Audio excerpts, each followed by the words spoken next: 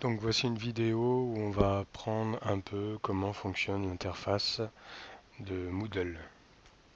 Donc dans un premier temps, pour aller sur Moodle, je tape dans la barre C2RIP module avec un S, vers avec un S, le tout attaché, .educagri.fr. Voilà, donc c'est cette adresse-là. Je clique sur Entrée. Et j'arrive donc sur une page concernant les centres de formation euh, et la plateforme Moodle. Je me connecte en haut à droite avec les identifiants que j'ai, mon nom d'utilisateur, mon mot de passe.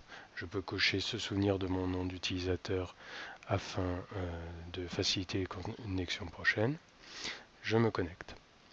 Une fois que j'arrive sur la plateforme, donc j'ai plusieurs espaces, j'ai un menu qu'on appellera le menu burger en haut à gauche qui permet donc de se balader sur plusieurs endroits de la plateforme, notamment mon tableau de bord où je vais avoir les cours récemment consultés, la vue d'ensemble des cours, suivant les cours que j'ai créés, etc.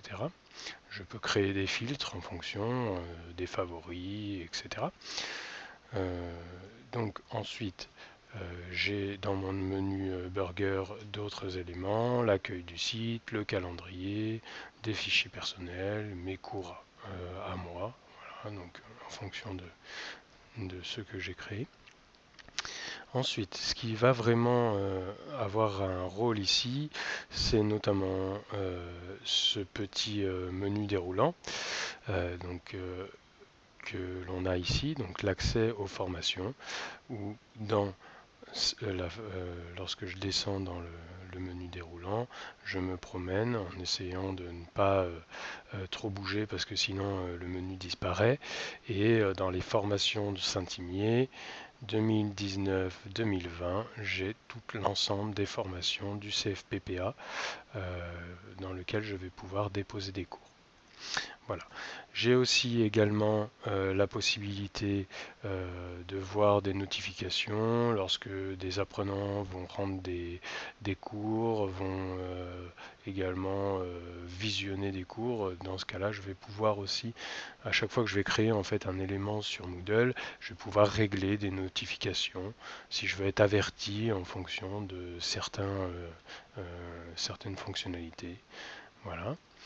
Ensuite, j'ai un semblant de messagerie avec des messages plus ou moins organisés que je peux gérer par favori, par groupe ou des messages privés en fonction des contacts que j'ai. Je peux aussi rechercher des contacts. Voilà. La messagerie dans un premier temps, c'est quelque chose que vous n'allez pas forcément beaucoup utiliser. Ensuite, vous allez, donc pour fermer, je reclique sur messagerie. En fait, à chaque fois que j'ouvre quelque chose, je le referme en cliquant dessus. Voilà, notamment le menu burger, à chaque fois que je reclique. Voilà, je quitte ce que je viens d'ouvrir. Ici, en bas, en haut à droite, je vais avoir des fonctionnalités concernant ma plateforme. Donc mon tableau de bord, mon profil, les notes, les messages personnels, les préférences, etc.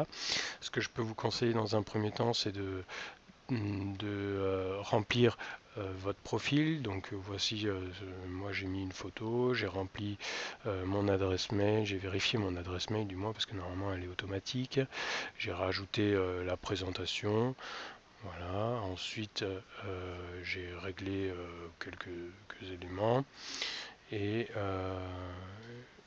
j'ai d'autres informations, mais bon, ça c'est pas très important pour l'instant. Vous pouvez donc modifier ce profil en cliquant ici dans les informations détaillées, modifier le profil. Voilà, et vous pouvez donc vérifier toutes les informations, écrire votre description, rajouter une image en prenant une image sur votre ordinateur. Donc là, je vais sur mon ordinateur, je prends n'importe quelle image et je la fais tout simplement glisser ici dans le petit carré qui est affilié. une fois que je fais glisser, je lâche et la photo s'affiche. Donc là, je ne vais pas le faire parce que moi j'ai déjà créé mon image qu'on appellera l'image avatar. Voilà. Et ensuite, on peut rajouter des éléments si l'on souhaite. On enregistre le profil à la fin et on a les modifications qui apparaissent dans notre profil. Voilà.